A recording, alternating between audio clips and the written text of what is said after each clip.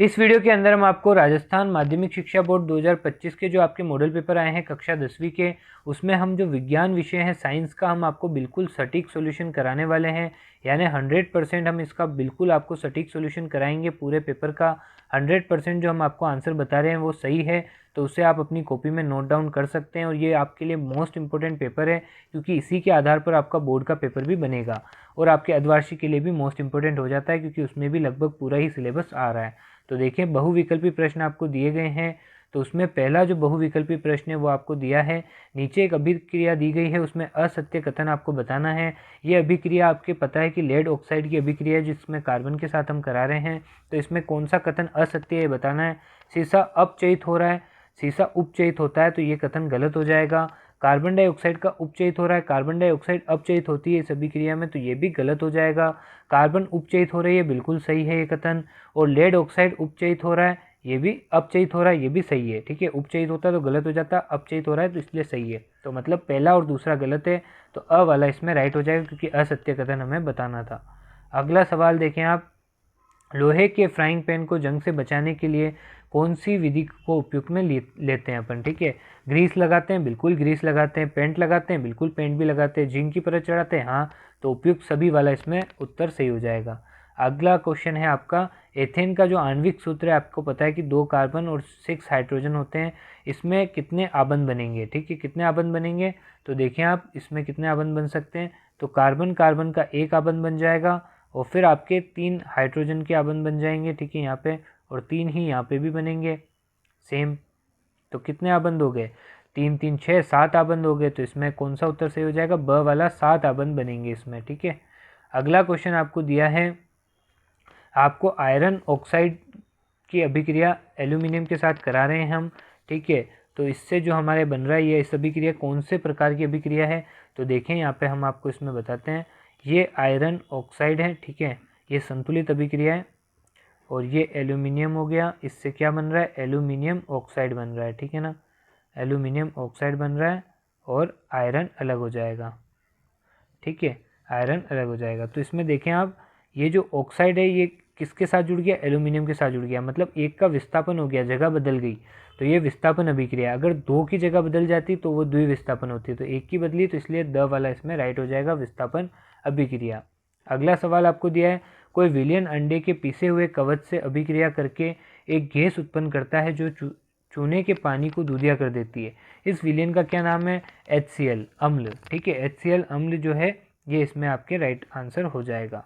अगला क्वेश्चन आपको दिया है, खाना बनाते समय यदि बर्तन की तली बाहर से काली हो रही है, तो इसका क्या मतलब है कि भाई बाहर से अगर वो तली काली हो गई, इसका मतलब है कि ईंधन पूरी तरह से नहीं जल रहा है। यानी जो आपका गैस है उसमें जो आपके इस तरीके से आपने देखा होगा गैस पे लगा रहता है। ठीक है, तो ये जो गैस है इसके नीचे जो आपके टंकी लगी रहती है LPG की, उससे जो गैस निकलती है, उसके बाद यहाँ पे क्या है कि कुछ प्रॉब्लम हो जाती है, सही से ईंधन पहुँच नहीं पा रहा है, तो इस वजह से नहीं जलता है और काला काला होने लग जाता है, तो काला धुआं निकलने लग जाता है। ठीक है, ईंधन पूरी तरह से नहीं जल रहा है, तो ये वाला ऑप्शन इसमें राइट हो जाएगा।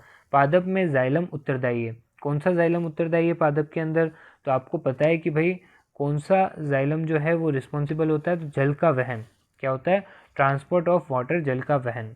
तो ये इसमें सही आंसर हो जाएगा। अगला आपको दिया है, निम्नलिखित में से कौन सा पादप हार्मोन है। पादप हार्मोन हमें बताना है, तो इंसुलिन, एस्ट्रोजन और थायरोक्सिन और साइटोकाइनिन। तो साइटोकाइनिन जो है वो पादप हार्मोन होता है। बाकी ये तीनों हार्मोन क्या है, ये मनुष्य के अंदर पाए जाते हैं, मानव के हार्मोन है। बाकी साइटोकाइनिन जो है वो आपके पादप हार्मोन हो जाएगा।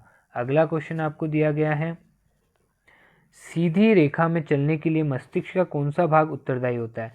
तो सीधी रेखा में अपन जो चलते हैं, तो हमारा जो दिमाग होता है उसमें कौन सा मस्तिष्क करता है, प्रमस्तिष्क, मध्य मस्तिष्क या हाइपोथैलेमस या अनुमस्तिष्क। तो अनुमस्तिष्क जो होता है, इसकी मदद से ही हम सीधी रेखा में चल पाते हैं। ठीक है, हम चल रहे हैं तो सीधी सीधी जो हम चल पाते हैं वो इसकी वजह से चल पाते हैं। फॉर एग्जाम्पल, अनुमस्तिष्क में कोई प्रॉब्लम हो गई तो हम टेढ़े बाके चलने लग जाएंगे। ठीक है ना, हम सीधा नहीं चल पाएंगे। तो ये एक अच्छा सवाल था।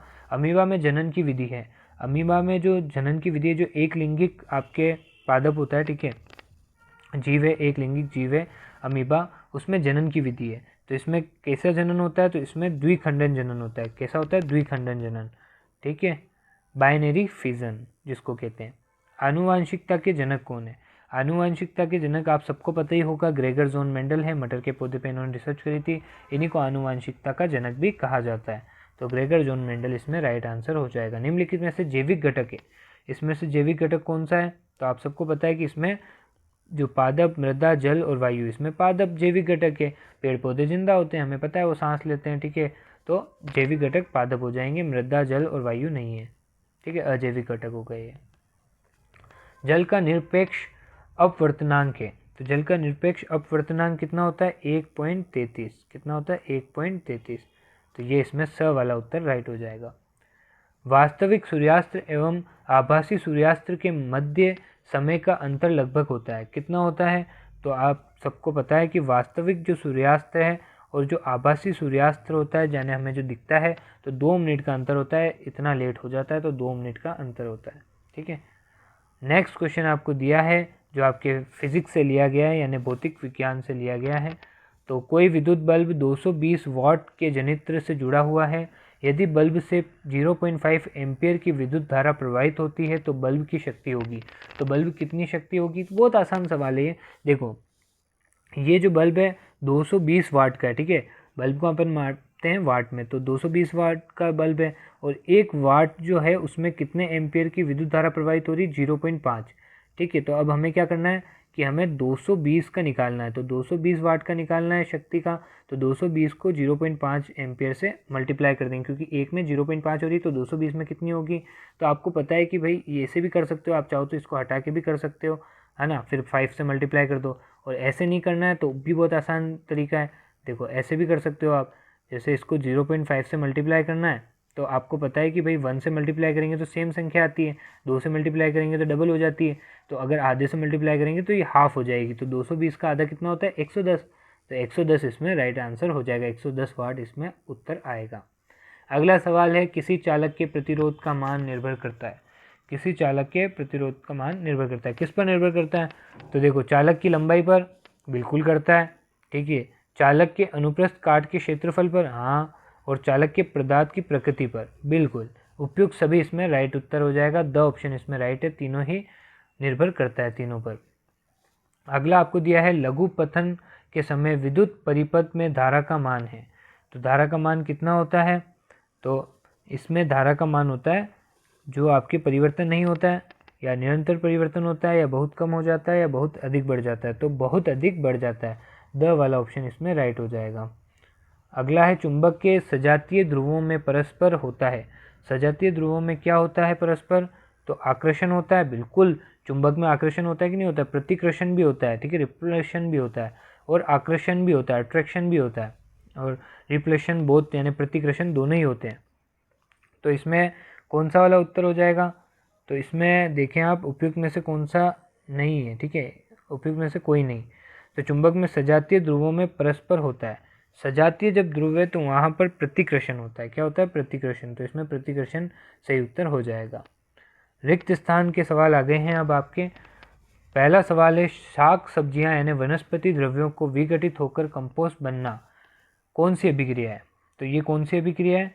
तो ये अभिक्रिया आपकी कहलाती है, यहाँ पे हम लिख रहे हैं, आप इसको लिख लें, ऊष्माक्षेपी, ठीक है, ऊष्माक्षेपी अभिक्रिया, ऊष्माक्षेपी अभिक्रिया। तो ऊष्माक्षेपी अभिक्रिया कहलाएगी, यानी इसमें ऊष्मा निकल रही है बाहर, तो ऊष्माक्षेपी अभिक्रिया।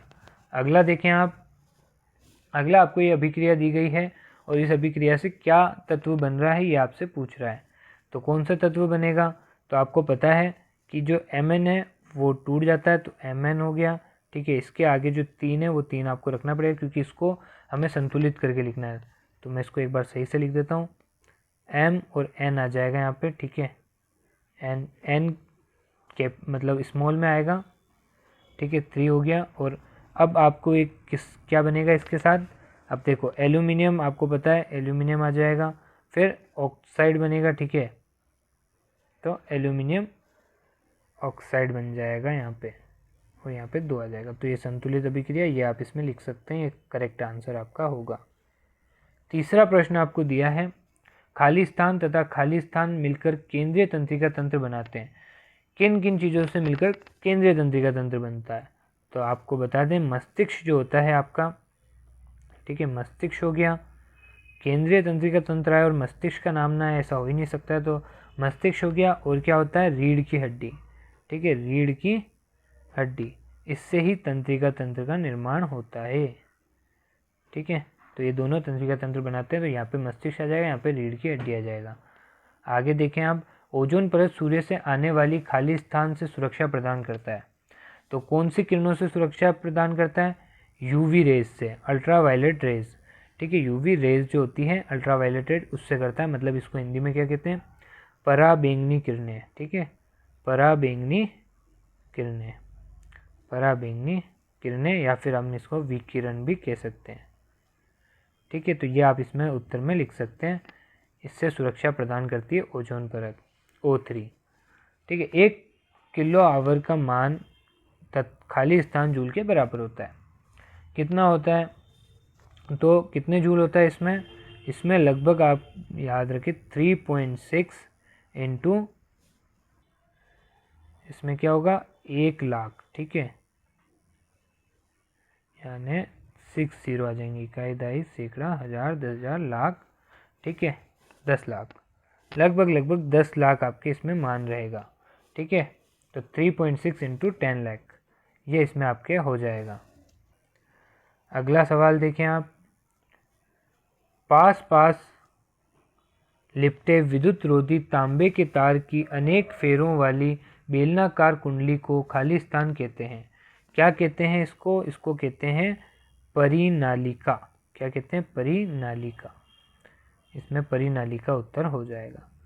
अगला सवाल देखते हैं, अति लघुत्रात्मक प्रश्नों में आ गए हैं हम।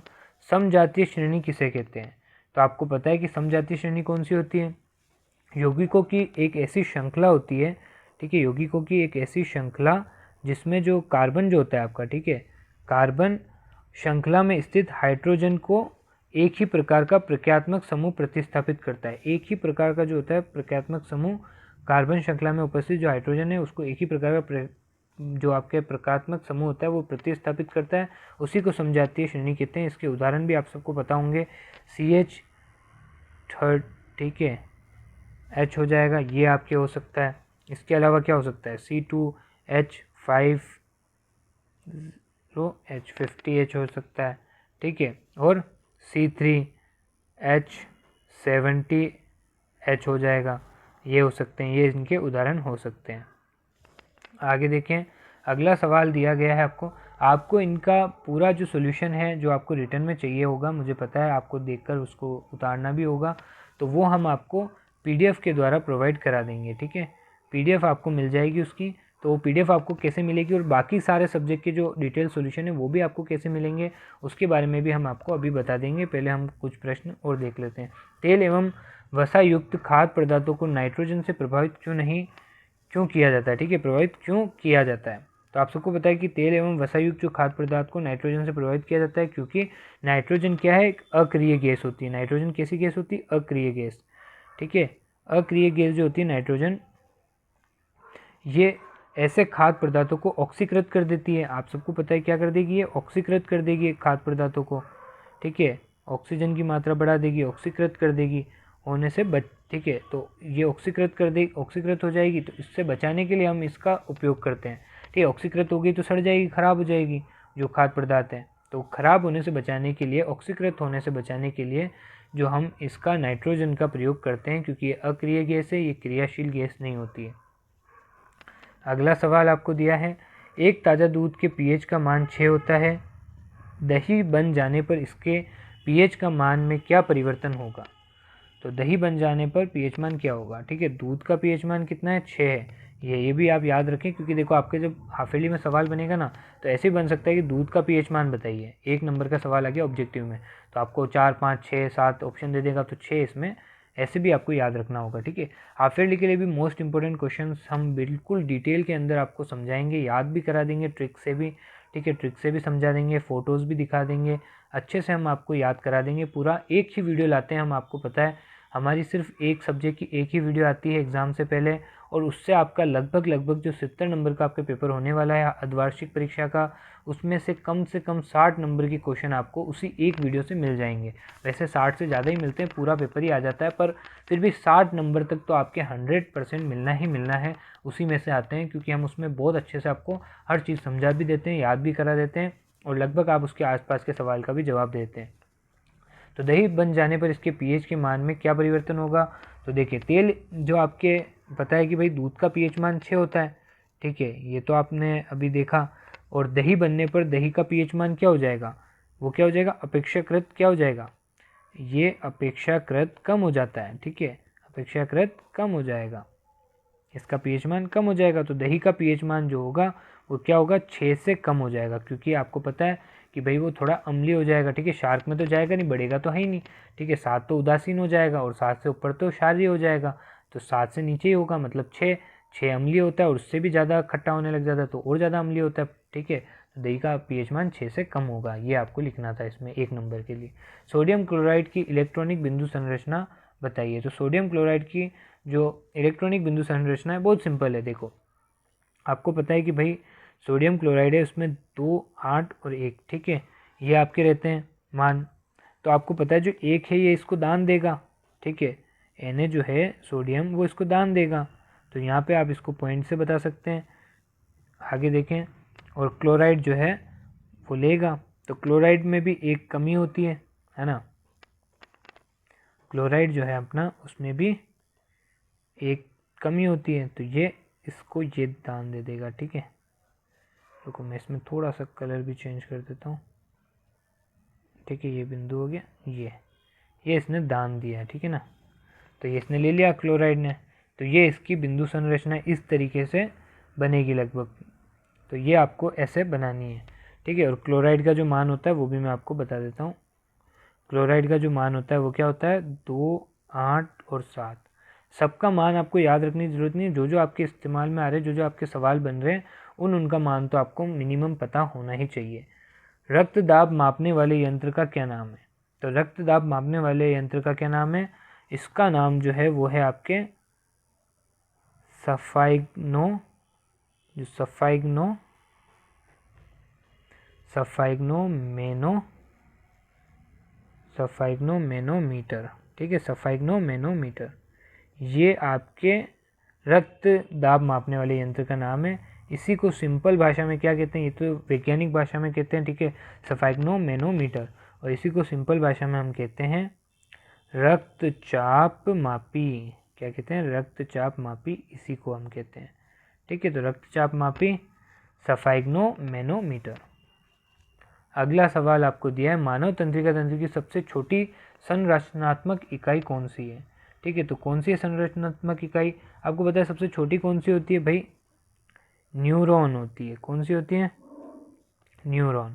और बहुत सारे न्यूरॉन के कनेक्शन से, और ये न्यूरॉन जो होता है ना, इसी के कनेक्शन से ही हमारे को सारी चीज़ें याद होती है। जितना अच्छा स्ट्रॉन्ग कनेक्शन होगा उतनी ही अच्छे से हमें कोई भी चीज़ याद होगी, ठीक है ना। तो जितना अच्छा कनेक्शन हमारे न्यूरॉन्स के बीच में होगा उतनी ही अच्छी चीज़ें हमें याद होती है। तो न्यूरॉन्स जो होते हैं उनके बारे में हम कभी डिटेल में पढ़ेंगे अच्छे से, जब हम आपको सारी चीज़ें कराएंगे तब। अभी हम फटाफट सोल्यूशन देखते हैं। माँ के शरीर में भ्रूण को पोषण किसके द्वारा प्राप्त होता है? तो भ्रूण को पोषण किसके द्वारा प्राप्त होता है? तो आपको पता है कि भाई प्लेसेंटा के माध्यम से। किसके माध्यम से? प्लेसेंटा। प्लेसेंटा के जो माध्यम से माँ के रक्त से पोषण मिलता है, ठीक है, भ्रूण को, बच्चे को किससे मिलता है? प्लेसेंटा से। प्लेसेंटा याद रखें आप, प्लेसेंटा। जीन किसे कहते हैं? ठीक है, जीन एक आनुवंशिकता की मूल भौतिक एवं कार्यात्मक इकाई होती है। कौन सी होती है आनुवंशिकता की? भौतिक और कार्यात्मक, ठीक है, भौतिक और कार्यात्मक इकाई होती है। और ये जीन, आप सब बताएं, जीन की खोज किसने करी? बहुत से बच्चे क्या होता है, जीन की खोज वाला अगर दे दिया ना सवाल, जो आपके पहले पेज में लिखा हुआ है 10वीं की किताब में, तो बच्चे क्या करते हैं, सोचते हैं कि भाई आनुवंशिकता से जुड़ा हुआ है तो जीन, तो इसका मतलब ग्रेगर जोन मेंडल ने करी है। नहीं, विलियम बेटसन ने करी है, ठीक है, विलियम है ना, विलियम नहीं, विलियम बेटसन, विलियम बेटसन ने जीन की खोज करी है। और सवाल देखते हैं अगला, लेंस क्षमता का एसआई मात्रक होता है। लेंस क्षमता का एसआई मात्रक क्या होता है, किसमें मापते हैं, तो डायोप्टर में। किसमें, डायोप्टर। किसमें मापते हैं, डायोप्टर में। अगला सवाल आपको दिया है, प्रकाश के विक्षेपण को परिभाषित कीजिए। प्रकाश के विक्षेपण को परिभाषित कीजिए। तो प्रकाश के विक्षेपण को कैसे परिभाषित कर सकते हैं, प्रकाश के विक्षेपण का मतलब क्या होता है कि प्रकाश का अलग अलग विभिन्न तत्वों में, ठीक है, विभिन्न तत्वों में विभक्त हो जाना, टूट जाना, जैसे कि लेंस या प्रिज्म के माध्यम से टूटता है, आपको पता है। ये प्रक्रिया उन विभिन्न तत्वों में प्रकाश की उत्पत्ति करती है, ठीक है। प्रकाश बढ़ाएगी, ताप बढ़ाएगी, तरंग लंबाई, चुंबकीय आवेश आदि के लिए जिम्मेदार होती है। तो इसी को कहते हैं प्रकाश के विक्षेपण, ठीक है। इसका डिटेल सॉल्यूशन, लिखित सॉल्यूशन जो है वो हम आपको पीडीएफ के द्वारा प्रोवाइड कराएंगे। तो उसके बारे में अभी फटाफट बस ये 2 क्वेश्चन और कर लें हम, फिर आपको बताते हैं, ठीक है। या चलो हम आपको पहले बता ही देते हैं। इन सब का सॉल्यूशन जो है आपको बिल्कुल डिटेल में सारा जो सटीक उत्तर है उसकी पीडीएफ आपको कैसे मिलेगी। तो उसकी पीडीएफ के लिए आपको क्या करना है, जो कमेंट बॉक्स है उसमें जाना है और आप मुझे कमेंट कर सकते हैं कि सर पीडीएफ प्रोवाइड करें। नहीं तो हम क्या करेंगे, जो पिन कमेंट है ना उसमें हम उसको पिन कर देंगे, मतलब कमेंट में पिन कर देंगे आपको एक लिंक। तो उस लिंक पर जब आप क्लिक करेंगे, कोई ऐड वगैरह नहीं आएगा, हम बिल्कुल सिंपल शेयर करते हैं। हमें कोई फालतू के ऐसे लफड़े नहीं करने हैं बच्चों के साथ कि उनको इतने सारे ऐड दिखाएं, इतना ऐसा कुछ नहीं करते हैं, आप सबको पता है। तो इसलिए लिंक पे आप जो क्लिक करेंगे तो डायरेक्ट डाउनलोड हो जाएगा। हम सिंपल शेयर करते हैं, इससे कोई पैसा वैसा नहीं कमाते हम। तो लिंक हम आपको शेयर कर देंगे, तो उस पर जब आप क्लिक करेंगे तो उससे आपको पूरा डिटेल सॉल्यूशन, हर आपको सवाल का जवाब सटीक मिल जाएगा। तो वहाँ से आप उसको देख सकते हैं, सारे सवालों के जवाब। और बाकी दूसरे सब्जेक्ट्स का भी हम सॉल्यूशन आपको प्रोवाइड करा देंगे और उन सब की प्लेलिस्ट की भी लिंक हम आपको कमेंट सेक्शन और डिस्क्रिप्शन बॉक्स दोनों में रख देंगे। तो वहाँ से आप सारे सब्जेक्ट एक साथ देख सकेंगे। दूसरा, चैनल को सब्सक्राइब करके बेल आइकन ऑन कर देना, आप ही का फ़ायदा है। क्यों, क्योंकि देखिए हम जब अर्धवार्षिक होगी और जब आपके बोर्ड की परीक्षा होगी उससे पहले हम एक ही वीडियो लाते हैं, आप सबको हमने बताया था। और उस वीडियो से लगभग आपके 90% अबव आपके क्वेश्चंस बैठते हैं, क्योंकि आपको पता है कि हम बिल्कुल डिटेल रिसर्च करते हैं, एनालाइज करते हैं, उसके बाद प्रेडिक्ट करते हैं कि कौन से क्वेश्चन आपके एग्जाम में बैठेंगे, एक्सपेक्टेड क्वेश्चंस। और उनको हम डिटेल इतना अच्छा सॉल्यूशन बताते हैं कि आप आसपास की सारी चीज़ें भी इजीली कवर कर लेते हैं। और एक ही वीडियो देखने से उसी को 2-3 बार देख लें आप, और आपको याद भी हो जाता है। ट्रिक भी बताएंगे उसमें याद करने के लिए भी, जहाँ पे ज़रूरी है ट्रिक वहाँ पे ट्रिक, जहाँ पे कुछ फ़ोटो दिखाना, इमेज दिखानी, तो वहाँ पे इमेज दिखा के आपको याद भी करा देंगे, समझा भी देंगे। तो एक ही वीडियो से आपका अच्छा खासा काम हो जाएगा। बाकी आप अपनी पढ़ाई करते रहें निरंतर, और हमारी जो वो वीडियो आएगी उसको मिस ना करें। बाकी डेज पर कैसे पढ़ना है इन सब के ऊपर भी हम वीडियो जल्दी ही बनाने वाले हैं।